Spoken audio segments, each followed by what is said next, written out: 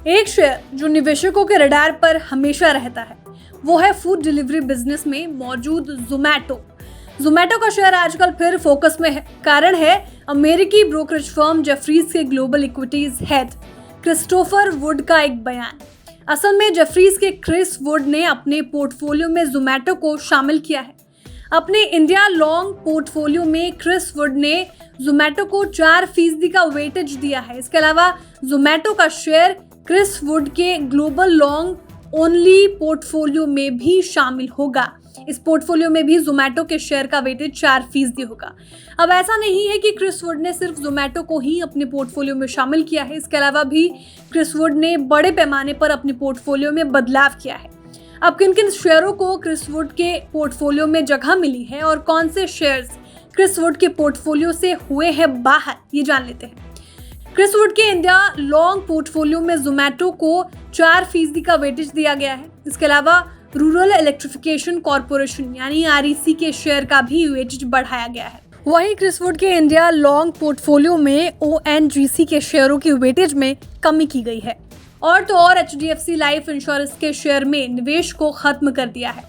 बता दें Chris Wood ने जोमैटो को global long only equity portfolio में जोड़ने के लिए JD.com और अलीबाबा में अपने इन्वेस्टमेंट का 2% घटाया है। यानी आसान भाषा में कहें तो अमेरिकी ब्रोकरेज फर्म जेफरीज JD.com और अलीबाबा जैसे शेयर्स से अपना मुंह मोड़कर भारतीय कंपनी जोमैटो पर अपना फोकस बढ़ा रहा है। अब इस भरोसे का कारण क्या है, ये जान लेते हैं। असल में साल 2023 की चौथी तिमाही में जोमैटो के घाटे में कमी आई थी। वहीं कंपनी का रेवेन्यू 70% बढ़ा था। जोमैटो का घाटा पिछले साल की जनवरी मार्च तिमाही में 359.7 करोड़ से घटकर 187.6 करोड़ रुपए रह गया था। वहीं चौथी तिमाही में कंपनी ने अपनी आय में भी बढ़ोतरी दर्ज की थी। जोमैटो का आय 70% बढ़कर 2056 करोड़ रुपए हो गया था। बता दें एक साल पहले इसी तिमाही में कंपनी की आय 1211.8 करोड़ रुपए थी। इसी रिजल्ट्स पर अमेरिकी ब्रोकरेज फर्म जेफरीज के global equities head Christopher would का मानना है कि जोमैटो के क्विक कॉमर्स बिजनेस को छोड़ दिया जाए तो बाकी बिजनेस एडजस्टेड एबिडा लेवल पर प्रॉफिट में आ गया है। कंपनी के मैनेजमेंट को भी नेट लेवल पर प्रॉफिट में आने जाने की उम्मीद है। क्रिस्टोफर वुड का मानना है कि अगली 4 तिमाहियों में क्विक कॉमर्स बिजनेस सहित पूरा बिजनेस मुनाफे में आ जाएगा।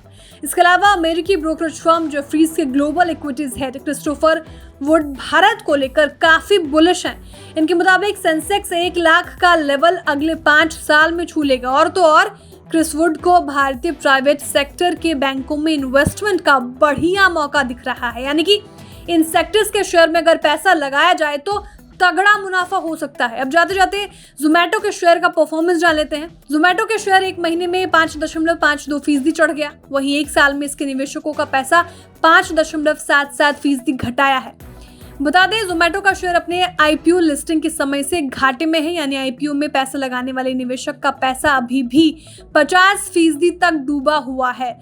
जोमैटो का शेयर 23 जुलाई 2021 को स्टॉक मार्केट में लिस्ट हुआ था। इसका इशू प्राइस 76 रुपए रखा गया था, जबकि शेयर 115 रुपए पर लिस्ट हुआ था। शेयर का 52 वीक हाई 169 रुपए है। वहीं 52 वीक लो 40.60 रुपए है। अभी ये 66.95 रुपए के आसपास ट्रेड कर रहा है। Bureau report बिस्तक।